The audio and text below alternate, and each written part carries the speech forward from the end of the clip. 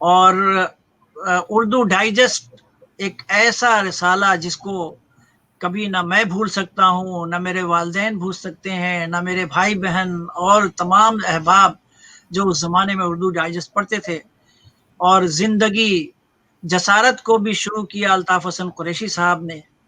تو یہ ساری ان کے اندر اور بہت ساری چیزیں ہیں. ان کی ایک اور نئی کتاب جنگ ستمبر کی یاد میں بھی ہے. تو قریشی صاحب آپ سے میں یہ پوچھوں گا کہ آپ کے صحافت کا تو آغاز آپ کے زمانہ طالب علمی سے ہوا تھا، تو آپ نے کب صحافت کا آغاز کیا؟ احتشام بھائی صاحب، بات یہ ہے کہ صحافت کا آغاز میرا طالب علم میں نہیں ہوا.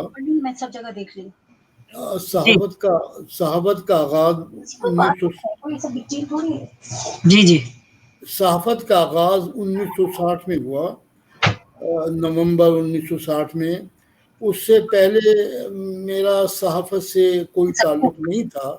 جی بس اتنا ہی تھا کہ میں کسی رسالے میں کبھی کبھار ایک آدھ مضمون لکھ دیا کرتا تھا، کیونکہ مجھے صحافت سے گہرا شغف اس لیے تھا کہ رسالوں اور اخبارات پڑھنے کا بہت شوق تھا.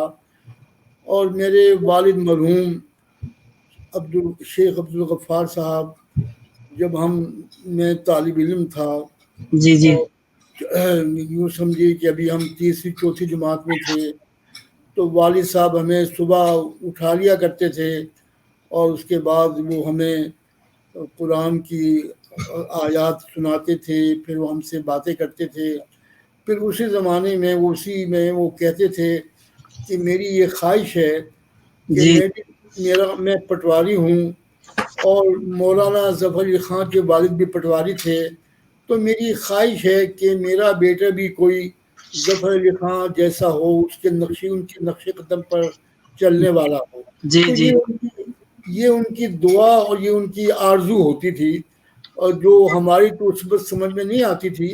لیکن پھر اللہ تعالیٰ نے ایسے حالات پیدا کر دیے جی کہ نومبر 1960 میں ہم نے اردو ڈائجسٹ نکالا، اور اس سے پہلے میرا صحافت سے بہت کم تعلق تھا.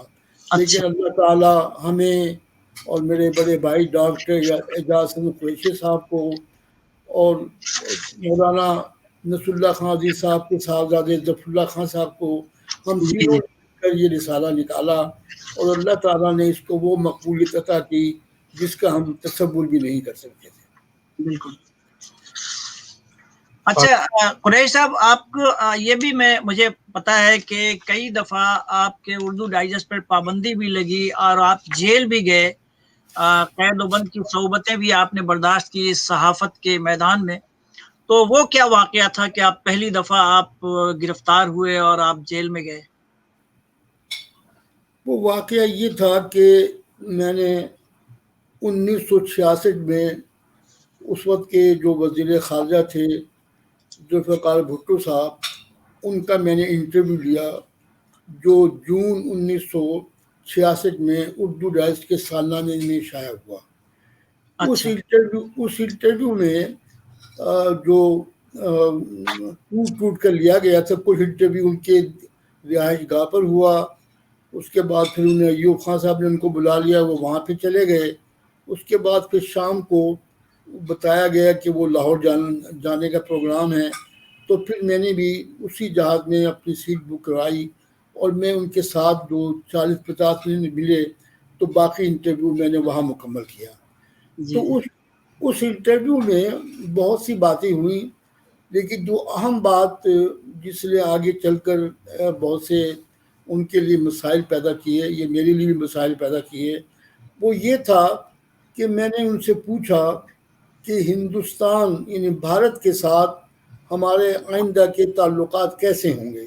جی جی تو بھٹو صاحب نے بتایا کہ ہمارے ان سے تعلقات ایسے ہوں گے کہ ہم ان کی بالادستی قبول نہیں کریں گے، اور کبھی ہم ہندو تہذیب کو بھی قبول نہیں کریں گے، کیونکہ یہ جو ہندو تہذیب ہے اس جی کی یہ خصوصیت ہے کہ وہ مذاہب کو اپنے اندر جذب کر لیتا ہے اور اس کی جو مذہب کی اصل شکل ہے وہ ختم کر دیتا ہے. جی مثلا انہوں نے کہا بدھ مت کی مثال دی، جین مت کی مثال دی کہ انہوں نے دونوں مذہب جو تھے وہ اپنے اندر جذب کر لیے، اور وہ یہی کام اسلام کے ساتھ بھی کرنا چاہتے ہیں، لیکن ہم ایسا نہیں ہونے دیں گے، اور اگر ہمیں ضرورت پڑی تو ہمیں ان کی جو ان کی جو تہذیبی جو جاہلیت ہے، اگر ہمیں ضرورت پڑی تو اس کا ہم میدان عمل میں کود کر اس کا مقابلہ کریں گے.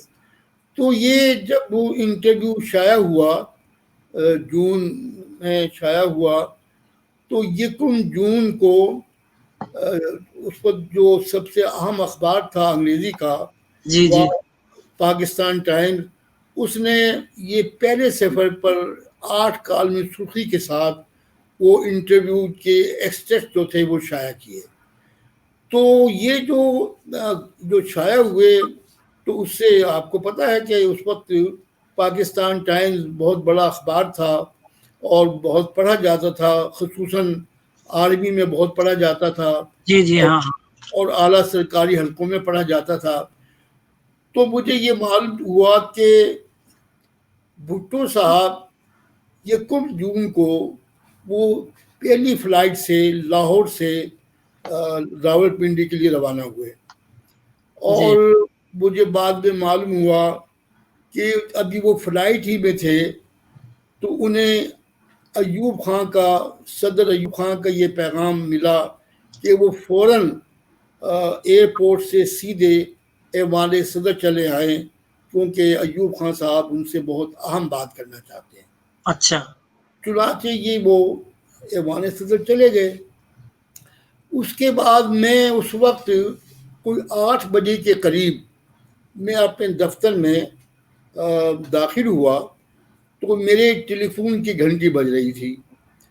تو میں نے لپک کر ٹیلی فون اٹھایا، تو وہاں سے مجھے جو صاحب جن کی آواز آئی، جی جی انہوں نے کہا کہ میں ایوان صدر راولپنڈی سے بات کر رہا ہوں، اچھا اور آپ سے وزیر خارجہ ذوالفقار بھٹو صاحب بات کرنا چاہتے ہیں. تو میں نے کہا بات کرا دیجیے گا. اچھا تو تھوڑی دیر کے بعد بھٹو صاحب لائن پر آ گئے، اور وہ بہت طیش میں تھے، ان کا موڈ بڑا غضبناک تھا. اچھا انہوں نے کہا یہ جو آپ نے انٹرویو میرا شائع کیا ہے، اس میں کچھ انٹرویو کا حصہ جو تھا وہ آف دی ریکارڈ تھا، جو ہم نے آن ریکارڈ شائع کر دیا ہے، اور جو آپ نے صحافتی بددیانتی کی ہے، اور اس پر صدر ایوب خان صاحب آپ سے بہت ناراض ہیں، اور اچھا وہ آپ کا پرچہ جو ہے وہ بند کرنا چاہتے ہیں، اور آپ کو فوری طور پر آپ کو قید کرنا چاہتے ہیں. تو اچھا آپ یہ جو انٹرویو آپ نے شائع کیا ہے، اس کی تردید شائع کر دیجیے.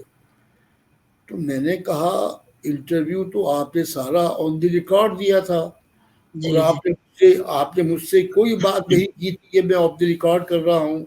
ساری بات آن ریکارڈ ہوئی، اور مجھے معلوم نہیں کہ کون سی چیز ہے جو آپ آن دی ریکارڈ کے بجائے آف دی ریکارڈ کہنا چاہتے تھے. انہوں نے کہا بہرحال یہ معاملہ بہت اس وقت تشویشناک ہو گیا ہے، اور صدر صاحب بہت غصے میں ہیں، میں آپ سے کہتا ہوں کہ آپ فوری طور پر اس کی تردید شائع کر دیں. میں نے کہا جی یہ تو میرا ماہنامہ ہے، میں اگر تردید شائع بھی کروں گا تو وہ تو اگلے مہینے شائع ہوگی. ابھی تو انہوں نے کہا اچھا یہ بھی باتیں ہو ہی رہی تھی کہ ٹیلی فون بند ہو گیا. اچھا اس کے بعد پھر ان کا فون مجھے، وہ جو ہمارے اس زمانے میں علامہ علاء الدین صدیقی صاحب تھے، جی جی وہ آپ کو بتایا بہت بڑے ہمارے جی استاد تھے یونیورسٹی میں. جو علوم اسلامیہ کا جو سارا نظام تھا وہ ان کی وجہ سے قائم ہوا تھا، میں ان کا طالب علم بھی رہا تھا. تو وہ ہمارے اسی علاقے میں رہتے تھے جہاں میں رہتا تھا، یعنی سمن آباد میں. تو ان کا عدلی میرے پاس آیا، اور اس جی نے کہا کہ ایوب ذوالفقار علی بھٹو صاحب آپ سے انہوں نے ہمیں فون کیا ہے، وہ آپ سے بات کرنا چاہتے ہیں، تو آپ میرے ساتھ چلیے اور آپ سے وہاں آپ سے بات ہو جائے گی. میں نے کہا ٹھیک ہے. تو چلنے سے پہلے جو میں نے اپنا ٹیلی فون چیک کیا، جی پہلے تو وہ اس میں کرنٹ آ رہا تھا، پہلے کرنٹ ختم ہو گیا تھا اور اچھا لائن کٹ گئی تھی، تو میں نے ان سے کہا کہ اب یہ کرنٹ آ گیا ہے، میں ان سے یہیں سے بات کر لیتا ہوں. اس نے اچھا کہا وہ شکریہ ادا کر کے چلا گیا. تو میں نے کال بک کروائی، تو 10-15 منٹ کے بعد مجھے کال مل گئی اور پھر بھٹو صاحب سے میری ملاقات ہوئی، بات ہوئی. اچھا تو اب ان کا لب و لہجہ کافی پہلے بڑا تند و تیز تھا، اب اس میں کافی نرمی آ گئی تھی. تو انہوں نے کہا کہ الطاف صاحب یہ بہت بڑا حادثہ ہو گیا ہے، ہوں ایوب خان صاحب نے مجھے اپنی کابینہ سے نکال دیا ہے، اچھا اور میں اب اس کے بعد اب کابینہ کا رکن نہیں رہا، اور لیکن میں آپ سے میں آپ سے کہوں گا کہ آپ اس کی تردید ضرور شائع کر دیجیے. اچھا تو یہ واقعہ ہوا، جو واقعہ آگے چل کے بہت مسئلہ بنا. بھٹو صاحب جو تھے وہ نکل گئے، وہ کابینہ سے نکل گئے.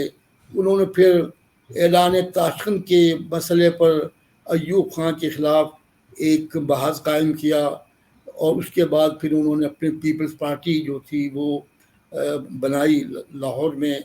اور جب پھر انتخابات کا عمل شروع ہوا جی جی تو وہ اپنی تقریروں میں کہتے رہے کہ اگر میں اقتدار میں آ گیا تو میں قریشی برادران کو فکس اپ کر دوں گا. اچھا یعنی وہ اس سے بہت ناراض تھے کہ یہ سارا کام ہوا اور اس کی وجہ سے مجھے نکلنا پڑا اور ایک بہت مجھے تکلیفوں کا. تو یہ وجہ بنی. اس کے بعد جب وہ اقتدار میں آئے تو اقتدار میں آنے کے 3-4 ماہ بعد انہوں نے ہمیں جو تھا وہ 5 اپریل 1900 یوں سمجھیے کہ 72 کو ہمیں گرفتار کر لیا. اچھا اچھا مجھے بھی، بڑے بھائی اعجاز قریشی صاحب کو بھی، اور مجیب الرحمان شامی صاحب کو جو اس وقت زندگی کے ایڈیٹر جی تھے. جی ہاں تو ہم 3 آدمی کو گرفتار کر لیا. اس کے بعد 2 اور صحافی انہوں نے پنجاب پنچ سے بھی گرفتار کر لیے. تو اچھا اس طرح سے ہم 5 آدمی، پہلی دفعہ جو کیجلٹی ہوئی وہ 5 آدمیوں کی ہوئی. اور اس طریقے سے ہم پھر جیل میں کئی رہے، 4-5 مہینے رہے، یہاں تک کہ پھر ہمیں ہائی کورٹ نے رہا کر دیا. اور جو حکومت نے جو ہماری جو ہمیں جو سزا دی تھی اس کو انہوں نے قلعہ قرار دے دیا. اور اس طریقے سے پھر ہم جون کے مہینے میں پھر ہم رہا ہو گئے. تو یہ اس کی بنیاد تھی. جی جی قریشی صاحب، میں نے آپ کی وہ ملاقاتیں کیا میں بھی آپ کے پیش لفظ میں بھی پڑھا ہے اور ویسے بھی مجھے معلوم ہے. اور اس وقت قریشی صاحب ہمارے جو فیس بک کے احباب ہیں وہ پوری دنیا میں اس وقت ہیں، اور اس وقت برطانیہ میں، پاکستان میں، امریکہ میں، سعودی عرب، دبئی سے، بنگلہ دیش میں ہمارے بہت سے دوست بنگالی بھی ہیں اور غیر بنگالی بھی ہیں، وہ بھی اس پروگرام کو دیکھ رہے ہیں.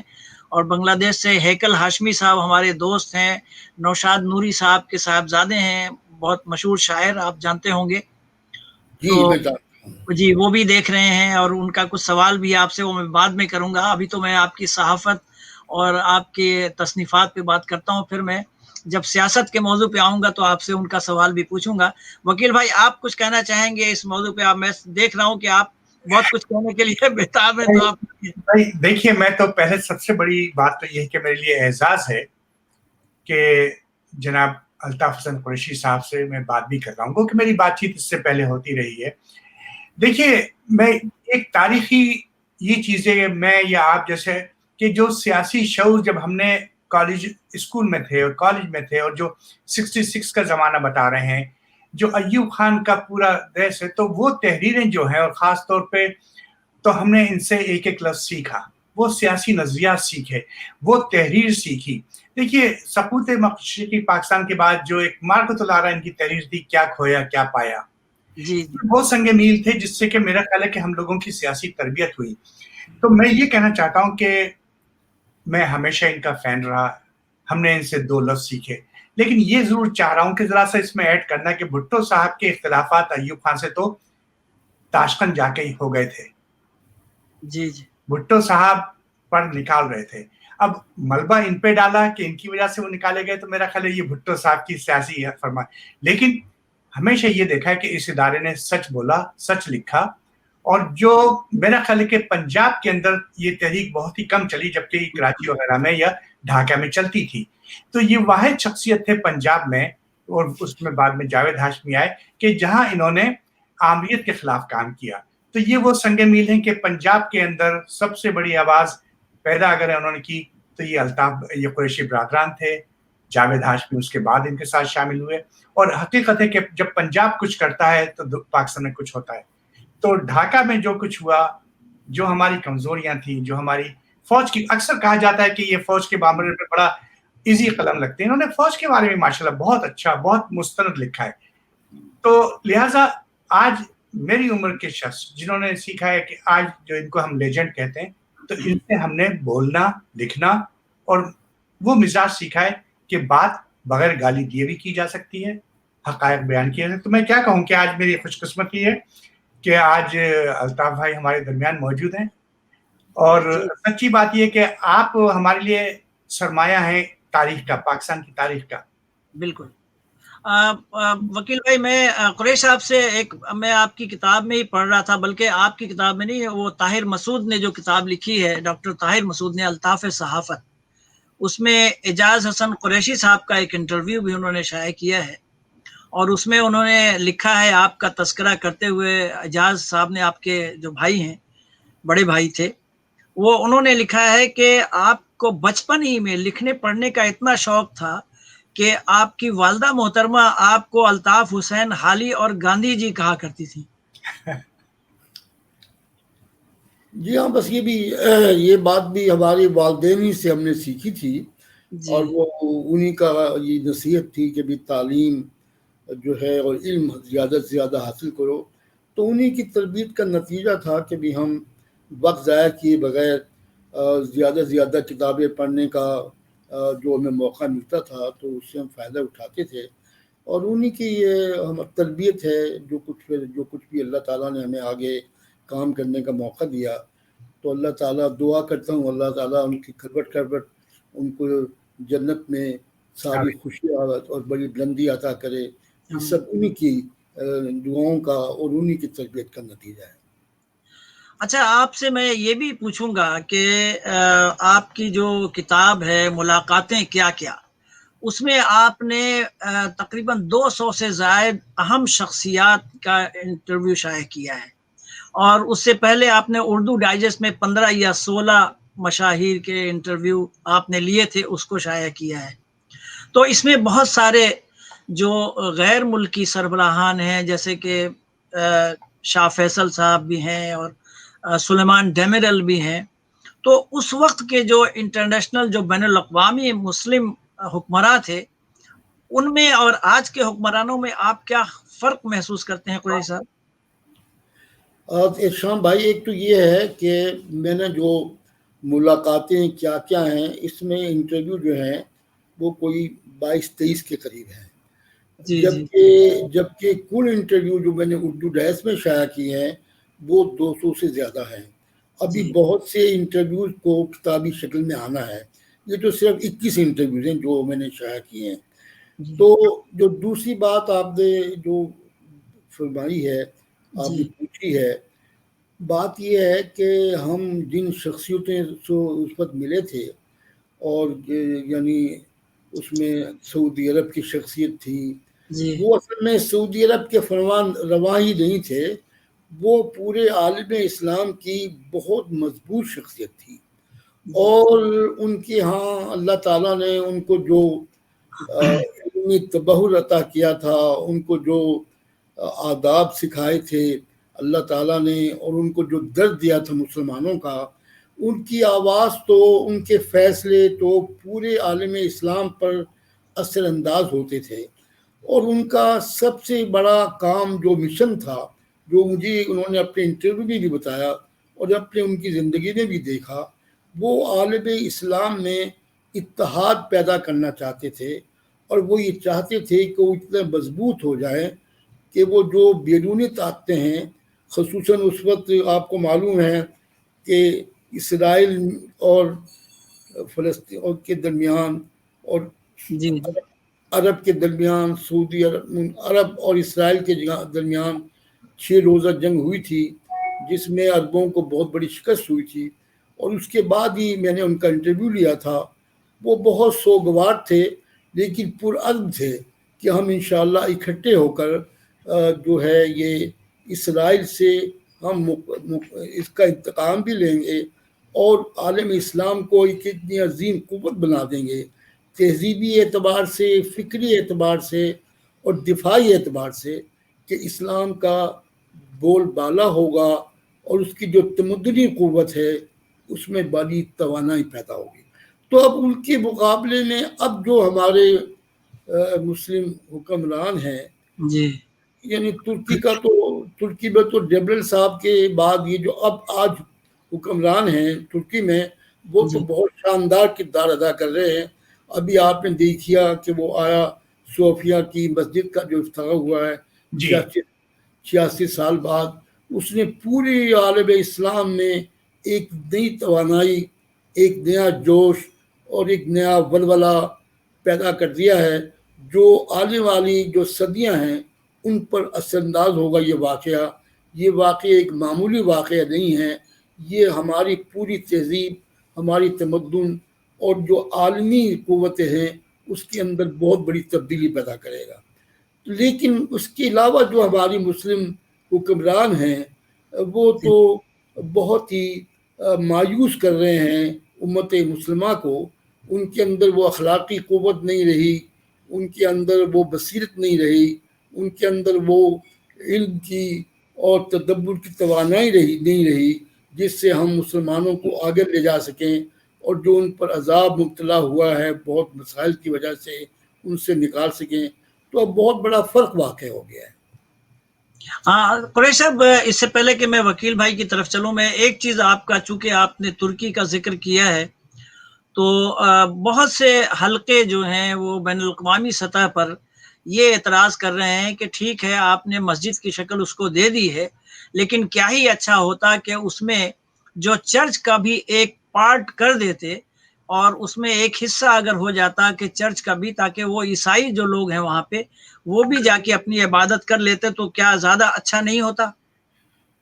دیکھیے وہ تو ایک عدالتی فیصلے کے تحت یہ سب کچھ عمل میں آیا ہے.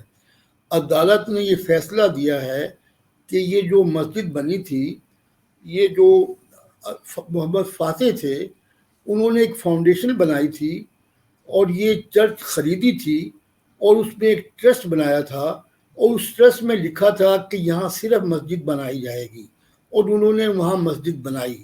اور اب عدالت نے یہ فیصلہ دیا ہے کہ یہ مسجد کے سوا اور کسی کام کے لیے استعمال نہیں ہو سکتی، کیونکہ ٹرسٹ میں یہی لکھا ہے، اور ٹرسٹ کے جو آپ کو معلوم ہے اس کے اندر جب قواعد طے ہوتے ہیں انہیں آپ تبدیل نہیں کر سکتے. تو یہ تو عدالتی فیصلے کے نتیجے میں یہ بڑا واقعہ پیش آیا ہے.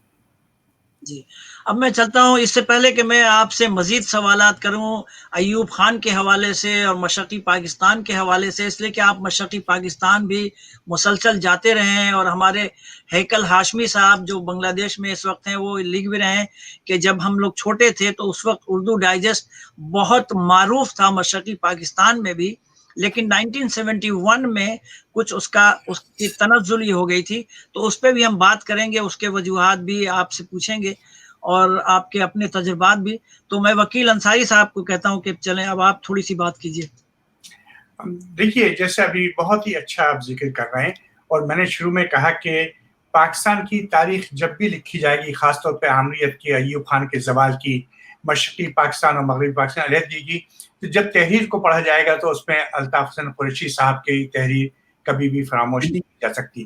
لیکن ہم یہ دیکھ رہے ہیں کہ وہ ایک زمانہ تھا کہ مومنٹم جو بڑا تھا، جو بغاوت بڑی تھی، تو الطاف صاحب کی وہ تحریریں تھیں. لیکن 1971 کے بعد، اور خاص طور پہ بھٹو صاحب کے بعد اور ان کی گرفتاری کے بعد، ان کے قلم میں نہ تو وہ طاقت رہی، یا وہ طاقت کس طرح ختم کی گئی. وہ ایک لمحہ فکر تھا کہ وہ دھار جو ان کی تحریروں میں تھی وہ ختم ہوتی چلی گئی.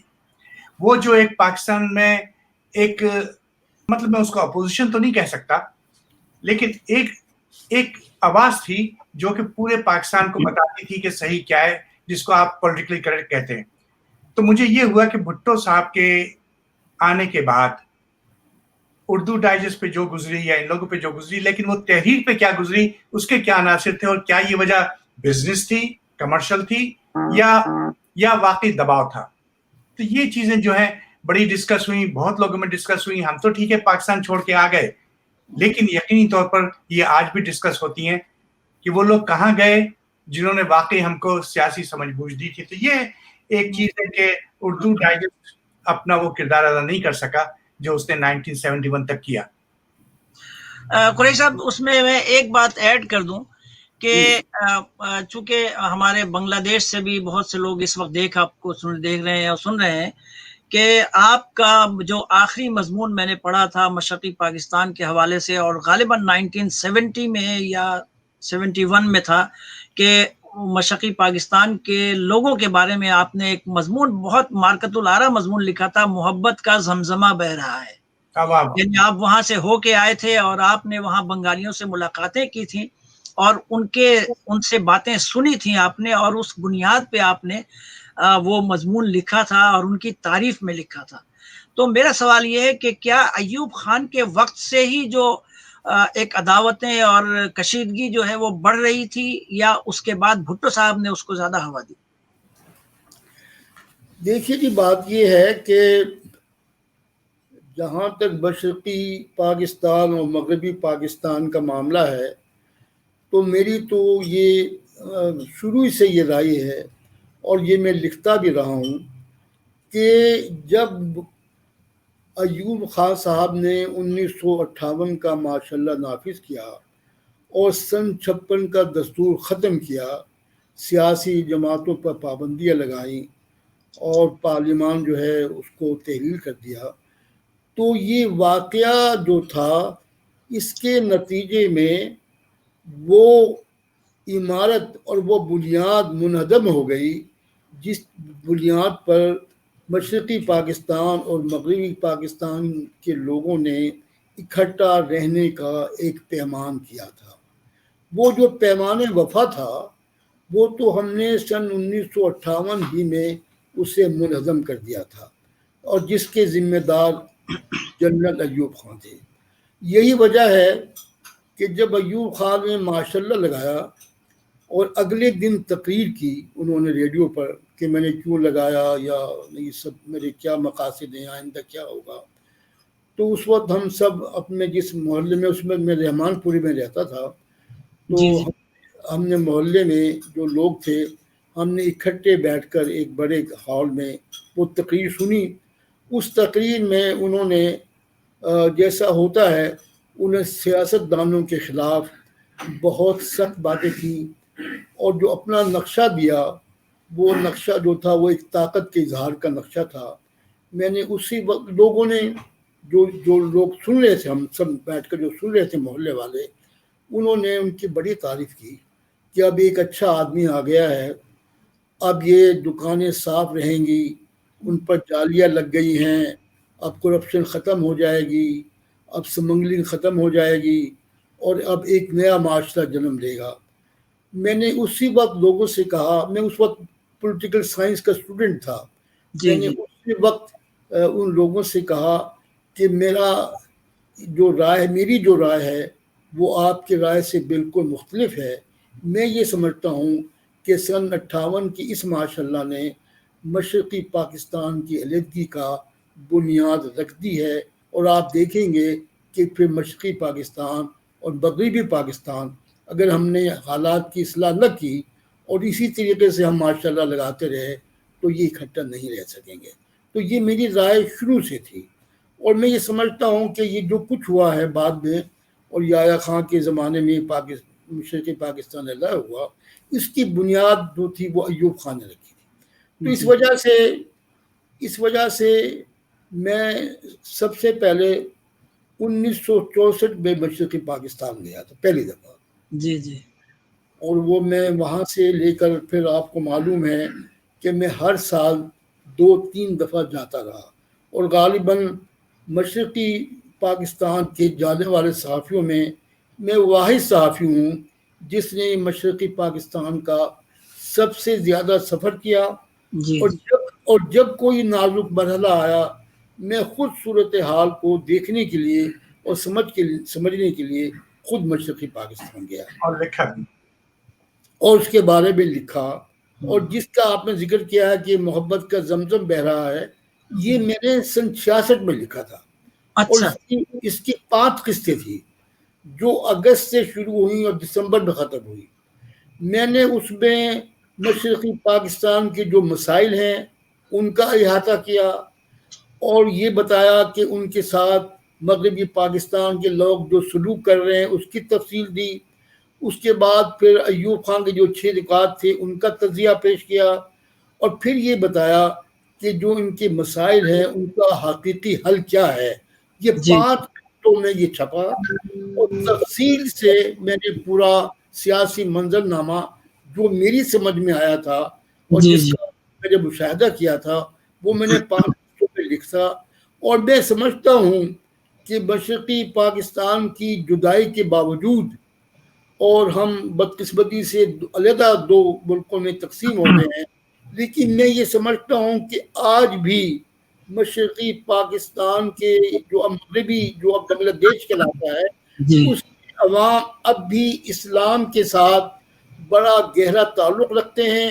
اور میں وہ وقت آتا ہوا دیکھ رہا ہوں کہ یہ عہد دوبارہ ایک نئی شکل میں وجود میں آئے گا اور یہ تعلق جو ٹوٹ گئے ہیں یہ ایک نئے انداز سے اور ایک نئی صورت سے سامنے آئیں گے. قریش صاحب، آپ سے اور وکیل انصاری صاحب سے دونوں سے میں باری باری سوال کروں گا.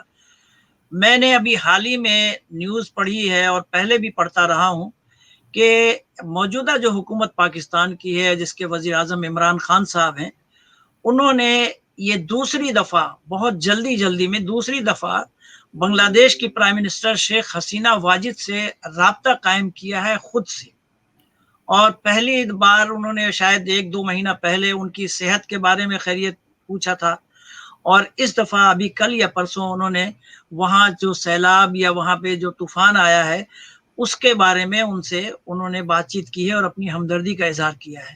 تو آپ کیا قریش صاحب سمجھتے ہیں کہ یہ اچھی پیش رفت ہے دونوں ممالک میں جو کشیدگی رہی ہے 1971 کے بعد اس کو پاٹنے میں مدد ملے گی؟ یقیناً یہ ایک اچھا اقدام ہے اور یہ بہت پہلے اس کو کرنا چاہیے تھا ہمارے حکمرانوں کو. تلخی بہت ہے حسینہ واجد میں بھی کیسے لوگوں کو بغیر یعنی انصاف فراہم کیے بغیر دار پر چڑھا دیا ہے. وہ ایک بڑا ظالمانہ اقدام ان کی طرف سے ہوتا رہا، لیکن اب حالات ایسے بنتے جا رہے ہیں کہ وہ میں سمجھتا ہوں، جو میں نے آپ سے گزارش کی کہ میں سمجھتا ہوں کہ علیحدگی کے باوجود بنگلہ دیش کے عوام کے اندر اسلام کے ساتھ اور پاکستان کے ساتھ آج بھی بہت گہری محبت پائی جاتی ہے. اور ہندوستان کے جو مودی صاحب ہیں وہ بھی ایسی پالیسی اختیار کر رہے ہیں جس کی وجہ سے بنگلہ دیش اور بھارت کے درمیان فاصلے بڑھتے جا رہے ہیں. اور وہ وقت بہت قریب آ رہا ہے جب بنگلہ دیش جو ہے وہ بھارت کا جو جوا ہے وہ اٹھا کر پھینک دے گا اور بڑی آزادی سے اپنے تشخص کا وہ دفاع بھی کرے گا اور آگے چل کر پاکستان اور بنگلہ دیش کے تعلقات میں بڑی حد تک ایک یہ گانگت پیدا ہو سکتی ہے. وکیل بھائی، میں آپ سے اس بات کا ذکر کروں گا آپ سے کہ اسی بات کو آگے بڑھاتے ہوئے کہ اس وقت بھارت سے بنگلہ دیش کی تھوڑی سی کشیدگی ضرور سامنے آ رہی ہے، خاص کے آسام میں ان بنگالی مسلمانوں کے حوالے سے کہ جن کے بارے میں بھارت یہ کہتا ہے کہ یہ بنگلہ دیش کے شہری ہیں اور یہ 1971 کے زمانے میں آ کے یہاں آباد ہو گئے تھے، لہٰذا وہ ان کو وہاں سے بے دخل کر کے لاکھوں مسلمان بنگالیوں کو بھیجنا چاہتی ہے بنگلہ دیش. اور دوسرے پاکستان میں بھی اس وقت 20 لاکھ کے قریب کراچی میں بنگالی آباد ہیں. تو کیا یہ دونوں جو کڑیاں ہیں وہ مل کر کے پاکستان اور بنگلہ دیش میں ایک اچھی صورتحال پیدا ہو سکتی ہے؟ بہت ہی خوبصورت سوال آج، لیکن میں ذرا سا پیچھے جاؤں گا اور قریشی صاحب کے اس پہ تبصرہ کروں گا. بھلا میری کیا مجال.